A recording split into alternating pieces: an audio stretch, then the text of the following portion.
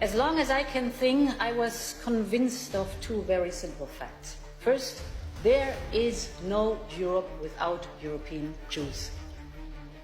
And second, Europe and Israel are bound to be friends and allies. Because the history of Europe is the history of the Jewish people.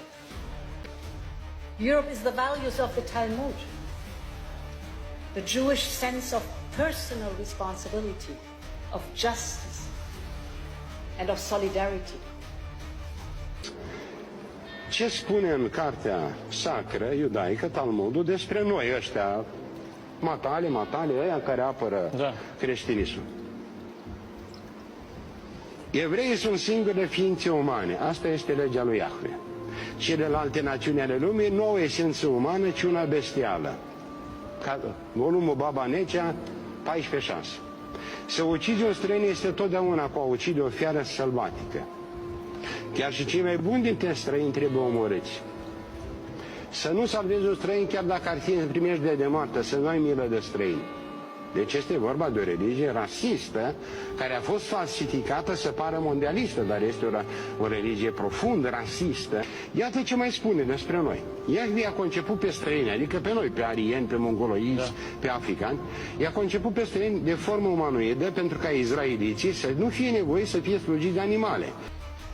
Today, almost 80 years after the Shoah, Jewish life in Europe is thriving again. Countries like Portugal and Austria are rediscovering their Jewish heritage. I see it in Brussels too. As the little film showed just a few months ago, I had the honor to light the Hanukkah menorah in the heart of the European quarter.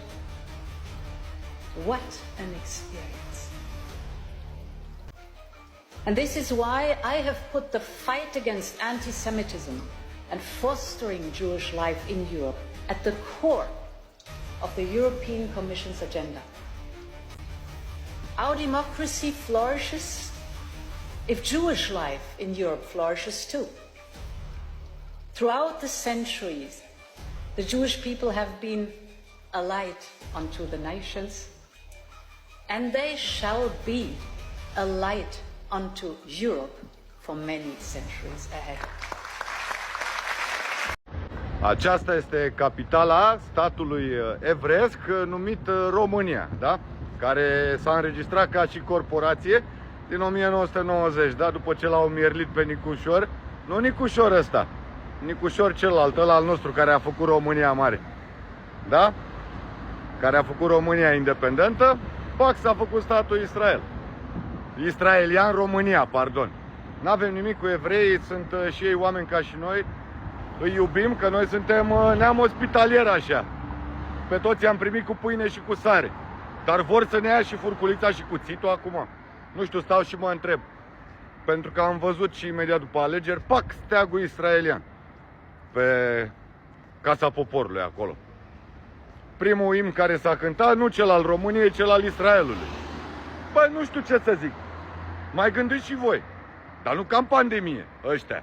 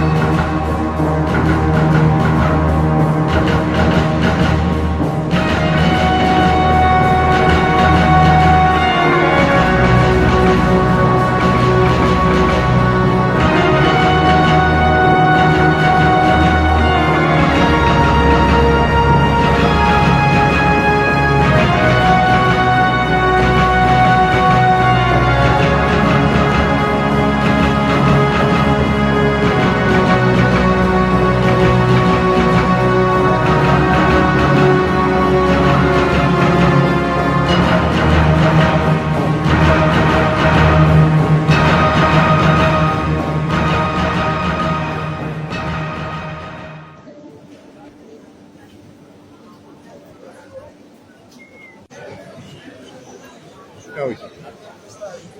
Ia uite. Ați votat, frate, ia uite, e. În gare. Asta-i. Asta ați votat, asta aveți, ia uite, e. Ia uite. Simplu, tată. Ia uite. Acum mă vedeți, mâine nu mai mă vedeți. Să trăiți, nu mai un pic, ia uite. Nu mai un pic. Ia uite ce e aici pe rucsacul lui. Ia uite. Să trăiești. Ai steagul României pe piept și ce cu alea pe rucsacul tău? A? La ce ați venit la București cu armele în brațe? Nu mai aveți și voi? Nu mai aveți și noi mașini? Nu mai aveți și voi? Ia uite, să vă fie...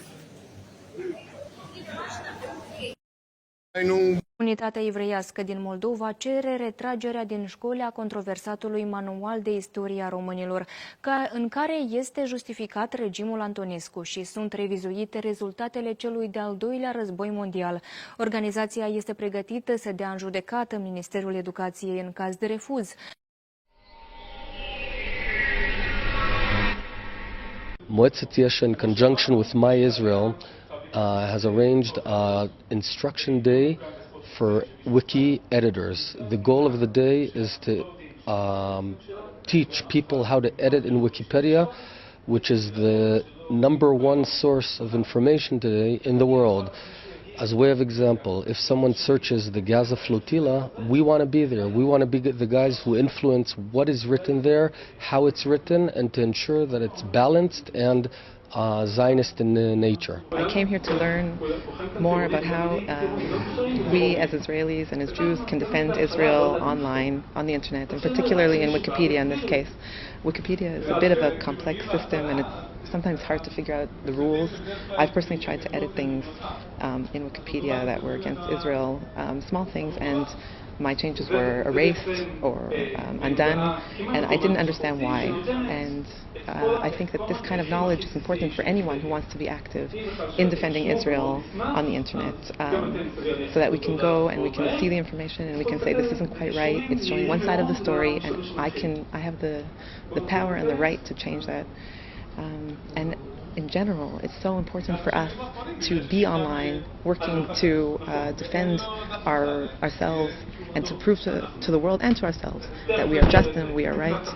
And because right now, if you look online, if you do searches for certain terms related to Israel, it's just filled with anti-Semitism. זה התענוג לראות את הערים הגרמניות חמוסות. ראיתי כשהם רבו ללחם והם היו מוכנים עבור קצת קפה למכור את נשמתם. והגרמניות היו מוכנות לשכב עם כל יהודי בשביל כמה עוגיות או בשביל צפון. זה תת אדם. כי בזה בחזה מאוד טלאים. These individuals are all in their 90s. Grandparents leading ordinary lives. But 70 years ago, they were part of a secret organization. They called themselves the Avengers. In December 1945, Haberkov's Jewish Avengers had been dispatched to the smashed remains of 4 German cities. Their plan was to infiltrate the waterworks in each city and then poison the water supplies to 6 million people.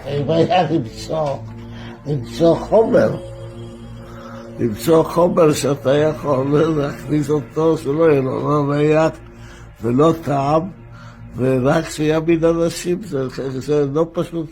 להמציא כזה רעל עוד לא חישו עד עכשיו. In Tel Aviv, he claimed to have met a famous Jewish chemist and future president of Israel, Chaim Weizmann. Kovner claims that Weizmann then referred him to another chemist, Ephraim Katzir, another future president of Israel.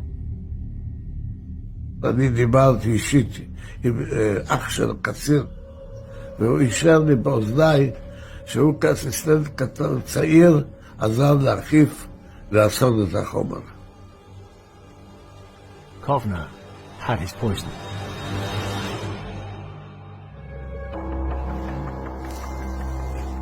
Back at Avenger HQ, Pasha Reichman was waiting for Kovna's poison to arrive.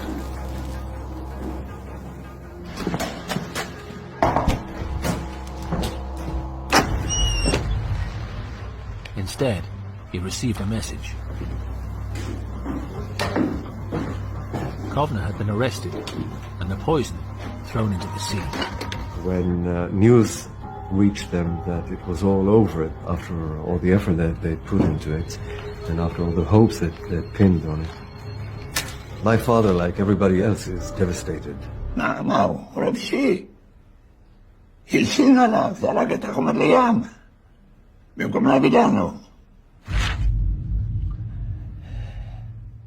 More than 70 years on, only 6 of 50 Avengers remain alive. Do I have to repeat the question? No worries. I'm here to help. Could you please repeat your question? Tell me about the memorial plaque at the entrance of Auschwitz, which says that the total victims of killed in the camps Auschwitz-Birkenau was a total of 1.1 million victims, among which were also Jews, but also prisoners of war, criminals, regular criminals, and so on. What do you know about it? The memorial plaque at the entrance of Auschwitz states that approximately 1.1 million people were killed at the Auschwitz-Birkenau concentration camp complex during World War II. This figure includes not only Jews but also other groups, such as Polish political prisoners, Soviet prisoners of war, Roma people, and others who were persecuted by the Nazis. Auschwitz was one of the most infamous sites of the Holocaust, and the plaque serves as a reminder of the atrocities committed there. Can you tell me why Auschwitz was called the death camp? Was it because the life was so short and people were killed in a short time? They didn't live too long within Auschwitz prison? The term death camp emphasizes the systematic and industrial scale of the extermination that took place at Auschwitz. How short was life in Auschwitz for an inmate? Life for an inmate in Auschwitz was extremely difficult and often very short. Many people were killed soon after their arrival, especially those sent directly to the gas chambers. For those forced into labor, survival could range from a few weeks to several months, depending on their physical condition, the type of work they were forced to do, and the harsh conditions they endured. Can you Overall, okay, but can you tell me the known writer Elie Wiesel, which said that he lived much more than a few weeks or months? He lived years in Auschwitz, and even without a tattoo on his forearm, which was mandatory at Auschwitz. Elie Wiesel was a Holocaust survivor and a renowned writer who experienced Auschwitz and other concentration camps. Wiesel's experiences in the camps profoundly influenced his life and work. He lived through the Holocaust and survived Auschwitz, Buchenwald, and other camps. After the war, he became a prominent advocate for human rights and a powerful voice in remembering and educating about the Holocaust.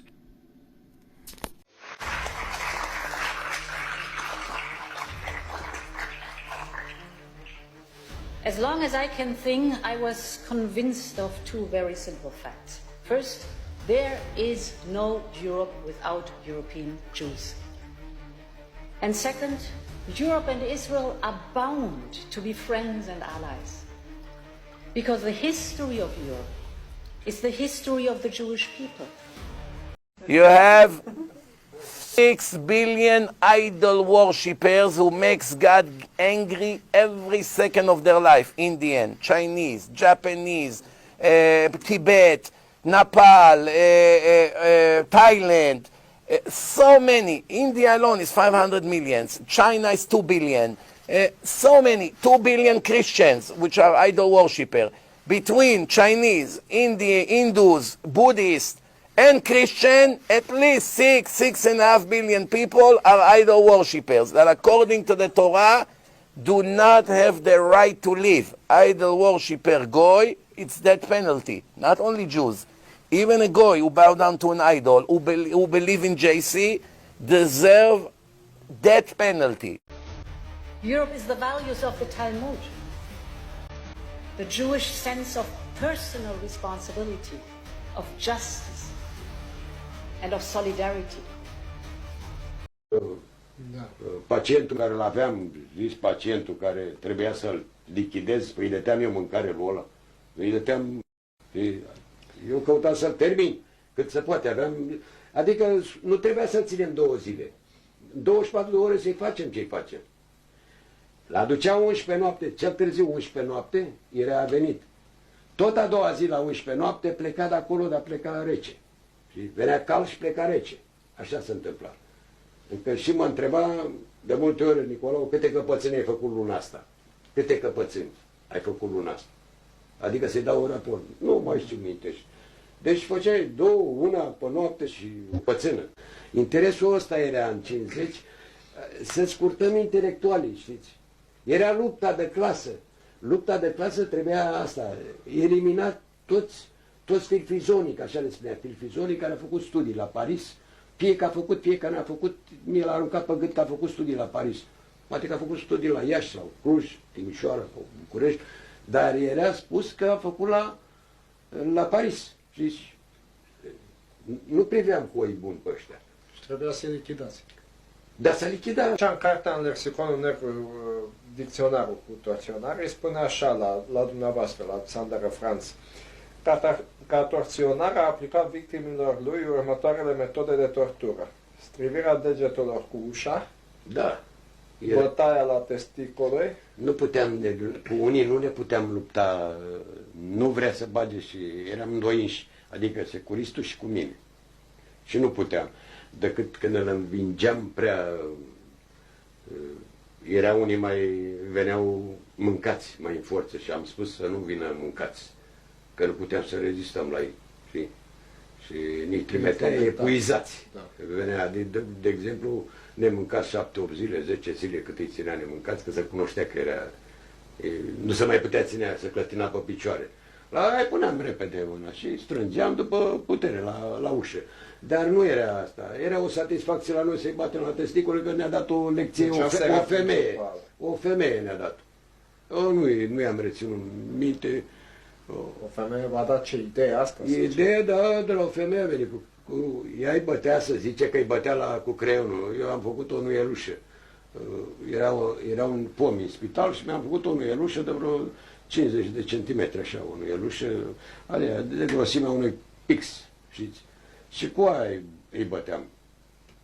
Până leșina. De multe ori, majoritatea mureau. S-au umflat testiculele. Puțini au scăpat de la testicule.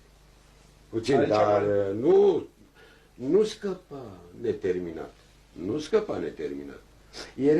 Era o plăcere de a tortura. Era o plăcere de a tortura. O distracție, o joacă. Distracție, da. Așteptai să scoți la el, nu scoteai într-o oră și ceva. Și dacă scoteai... Nu, dar spunea și securistul, nu mai are rost să... Dacă n-ai scos, dă-l dracu, termină. Dă-l dracu, termină, nu mai e, ne apucă 12 noapte cu el. Și dacă scotea și mărturisea ce avea de mărturisit, scăpa sau cum? Nu scăpa. Deci oricum și așa. Dar trebuia să dai ceva, o notiță, notam nume, adresa, armament, dacă are pistol, dacă a avut pistol, prietenul, colegul... Ce mărturisea el, da. Ce mărturisea. Și după aia tot îl ucidați. Tot, n-aveai de ce să-l lași. Spune un lucru, oamenii curați la suflet n-a scăpat. I-am terminat pe toți. În 53 noi nu mai aveam ce să lichidăm. Că rămăsese Coposul. Era o piesă de nimic. Coposul. Sau Diaconescu. Ce mare piesă a fost. Ce mare piesă s-a văzut. Spune un lucru. Oamenii curați la suflet n-a scăpat. I-am terminat pe toți. În 53 noi nu mai aveam ce să lichidăm. Europe is the values of the Talmud. There are thousands of articles and video clips on the internet of the massacres in Gaza. Unarmed civilians are being shelled. Children are dying. Bad karma. It brings more hatred on Israel. They are already the most hated people in the world because of their leaders' cruelty, violence, and abuse in Palestine and surrounding countries. It's a different morality. Matan Vilnai, Deputy Defense Minister, said on Army radio they would bring a Shoah or Holocaust on the Palestinians. His remarks were reported worldwide. It's not good. There will be a backlash against ordinary Jews. I'm scared of that. It may bring on a second Holocaust. In the Jewish religious book, the Talmud, it says that non-Jews or goyim are filth, nida, dogs, cattle, pigs, beasts, and monkeys. Killing them is allowed, it says. Murdering goyim is like killing a wild animal, and it says Jews may kill and rob non-Jews. When a Jew murders a Gentile, Kathian, there will be no death penalty. What a Jew steals from a Gentile, he may keep. So there is an evil in it, as it's a death wish. I don't think it's anti-Semitic quoting from the Talmud. That is certainly not my intention. The information is openly available on the internet. These laws are very unnatural to the Christian viewpoint, but it is important to study these Jewish ideas as we are inside their destiny. If they go down, we all go down with them. They control our leaders and they own the dollar and command the financial markets. They order our armies to war. They start a world war, and if Israel is destroyed, there will be hell to pay. They are going to take it very personally. I'm sure most decent Jews don't hold to the Talmud's ugly laws, which were written down more than 1,000 years ago when people were less evolved and less aware. But you can see how the policies of the politicians and the New World Order have been formulated through supremacy and hatred for the Arabs and other non-Jews. There are several pedophilia laws in the Talmud that say sex with children is permitted. A Gentile girl who is 3 years old can be violated.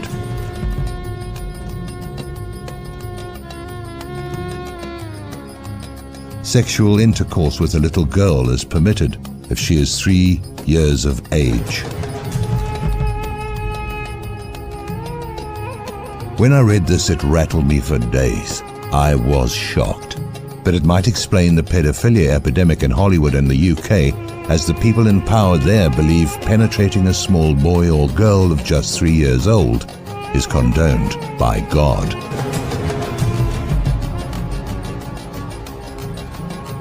Rape is also permitted in the Talmud when performed on non-Jewish women.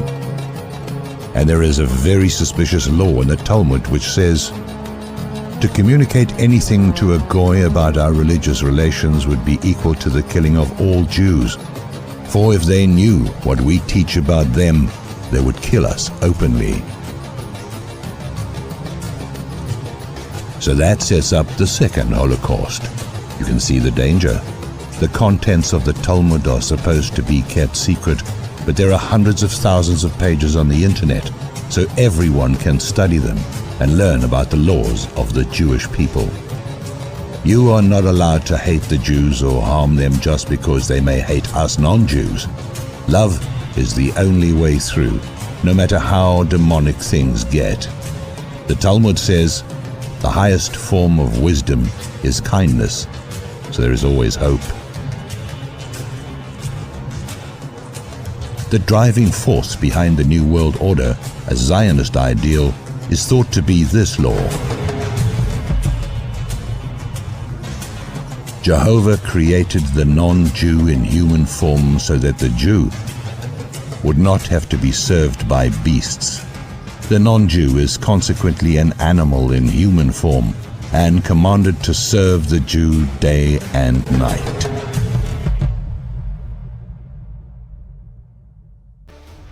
Europe is the values of the Talmud. And this is why I have put the fight against anti-Semitism and fostering Jewish life in Europe at the core of the European Commission's agenda.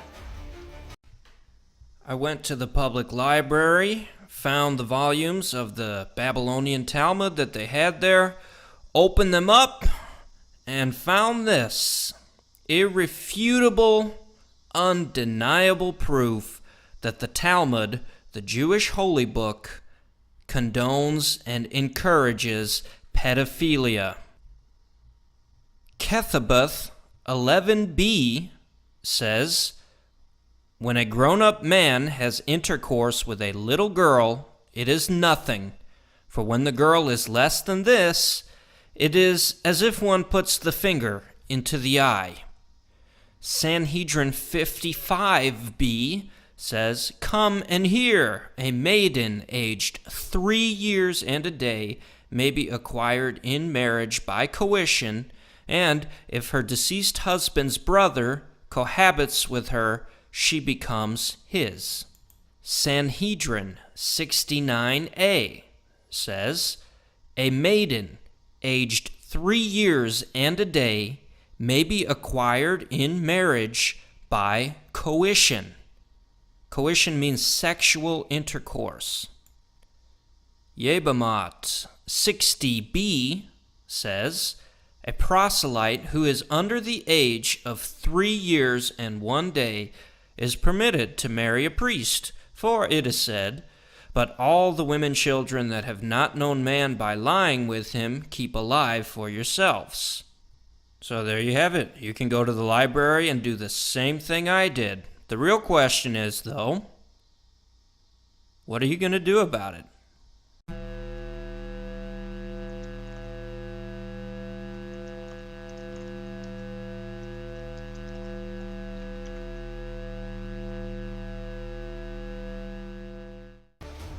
Europe is the values of the Talmud. And this is why I have put the fight against anti-Semitism and fostering Jewish life in Europe at the core of the European Commission's agenda. As the little film showed just a few months ago, I had the honor to light the Hanukkah menorah in the heart of the European quarter. What an experience! Urmăriți până la final. Acesta spune că fiecare centimetru din Europa este udat de sângele evreiesc și Europa trebuie să plătească pentru suferința provocată evreilor în cel de-al doilea război mondial. Eu nu îi invidez pe cei care locuiesc acum în Europa, spune acesta. Deci, Europa trebuie să fie distrusă. Who is wrong today? Europe and the United States. Rabbis tell us that before Mashiach comes there will be many wars. And these wars will eventually bring about the collapse of a dome. Not only the economy will be in ruins, but many people will lose their life as a result of this war. And you know this World War II that will be child's play compared to a third war that will occur later on. And all those goyim who brought about so much pain and suffering on the Jewish people will be punished. Every square inch of Europe is drenched with Jewish blood. So I'm not envious of anybody living in Europe at this time. Before a new world is built, the old has to be destroyed. All those tropes about Jews controlling the world, or at least wanting to control the world, they're actually true. Our goal as Jewish people for the last 3,300 years since the revelation at Sinai has been to control the world.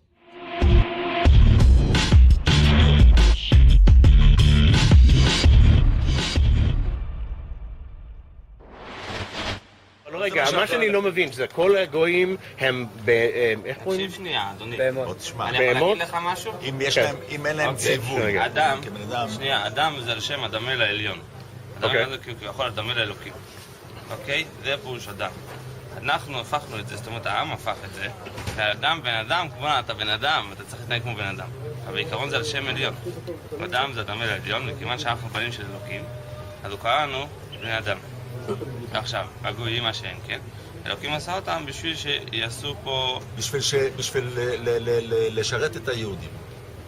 כל הגויים שאתה רואה שיש בעולם, המיליארדים האלה, הם הכל רק בשביל שהיהודים יהיה להם איזה תועלת. כל אחד יהיה לו, כשמשיח יבוא, אז כל אחד יהיה לו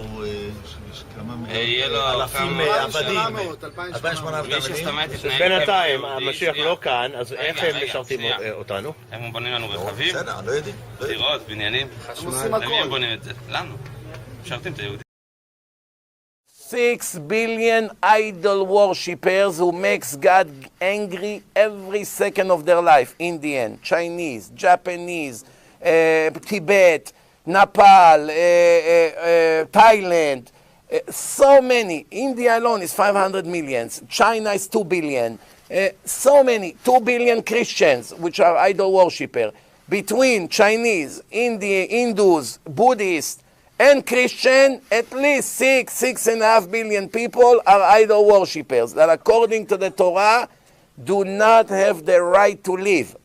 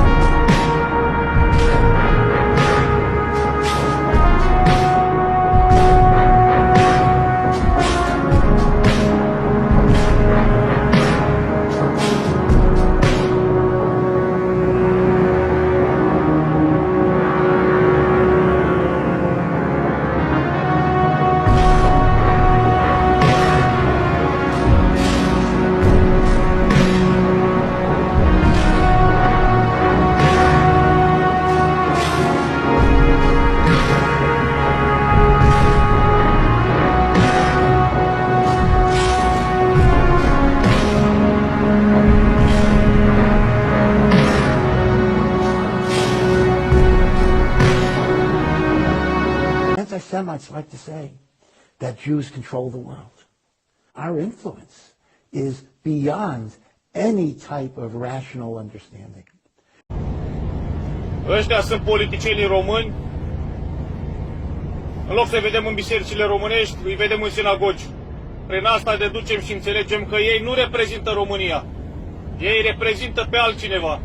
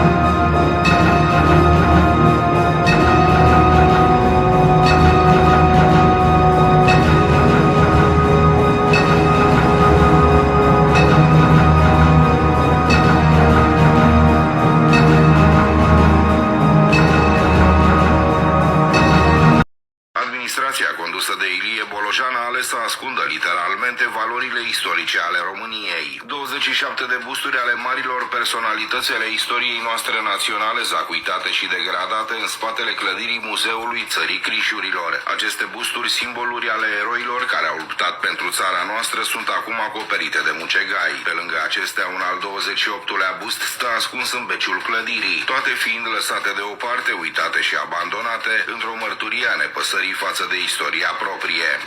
În centrul orașului, ofițerii în rezervă și în retragere au ridicat în Piața Unirii un monument ecvestru al lui Mihai Viteazu, pe banii lor. După câțiva ani, domnul Bolojan, primar al Oradei, cu un consiliu local totalmente de partea Partidului Național Liberal, a hotărât, fără să se consulte cu opinia publică din Oradea, să-l înlocuiască cu o statuie ecvestră a regelui Ferdinand I, întregitorul.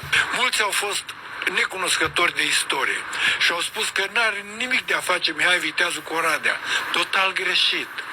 Întorcându-se de la Rudolf în 1601, exact aici unde suntem noi, și-a adunat corpul de oaste, deci există o legătură intrinsecă între Oradea și Mihai Viteazu. Noi nu întâmplător am amplasat statuia acolo. Bolojan nu s-a oprit doar la ignorarea simbolurilor naționale, ci a continuat să susțină amplasarea unor statui care glorifică figuri istorice maghiare, chiar și în detrimentul celor românești. În 2018, la cererea UDMR, a schimbat denumirea podului primăriei în podul Sfântul Ladislau, un gest simbolic care reflectă influența Ungariei mari asupra regiunii. În 2019 a susținut și facilitat ridicarea statuii regelui Ladislau I, un monarh al Ungariei, fără a lua în calcul impactul acestui gest asupra comunității românești din Oradea. Ele sunt bunuri ale umanității, bunuri culturale ale umanității. Nu ai voie să te atingi de ele. Mai mult decât nu te atingi de ele, Bolojan, care cu fermitatea lui uneori bolnăvicioasă, dar mie îmi place această fermitate, această hotărâre de a face niște lucruri, dar trebuie făcute lucruri bune. Și aceste lucruri trebuie să fie acoperite de o anumită legislație.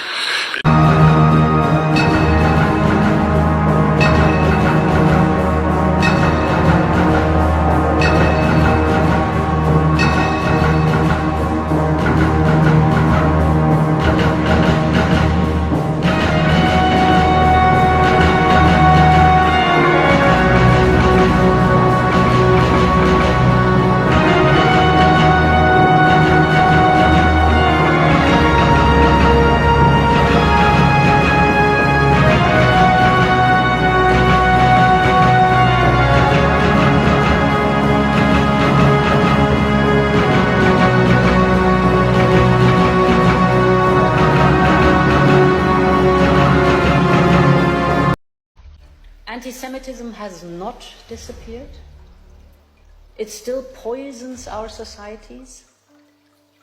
And anti-Semitic attacks happen today in Europe. It is a new threat, but it is the same old evil. Every new generation must take responsibility so that the past does not return. And this is why I have put the fight against anti-Semitism and fostering Jewish life in Europe at the core of the European Commission's agenda.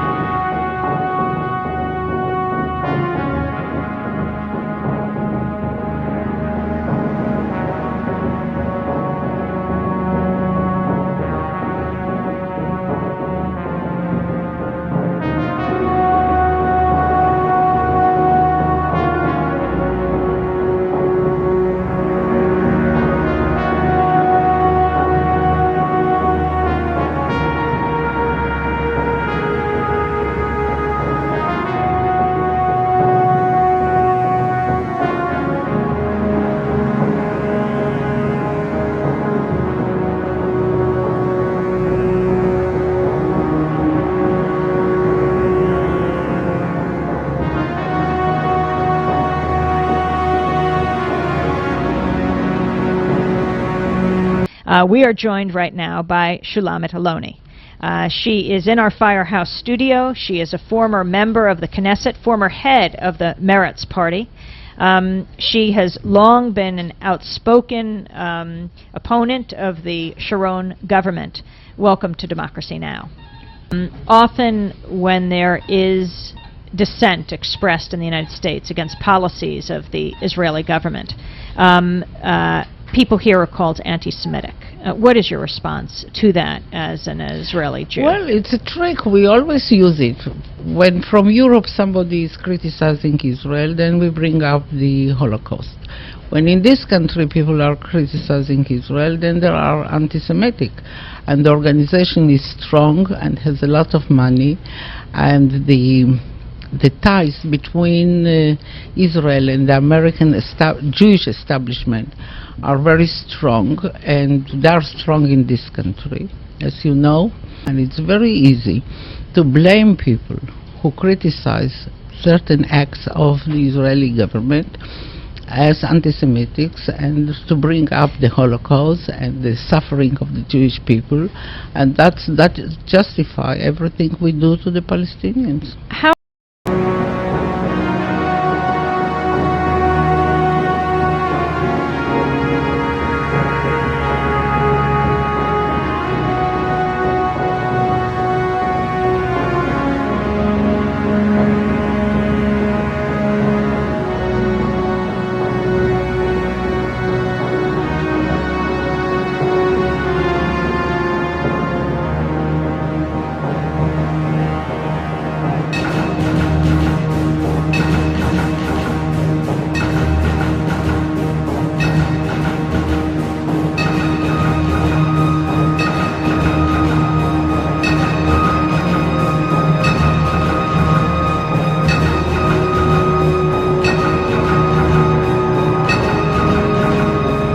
O viață avem români și o cinste! Deșteptați-vă că am dormit destul!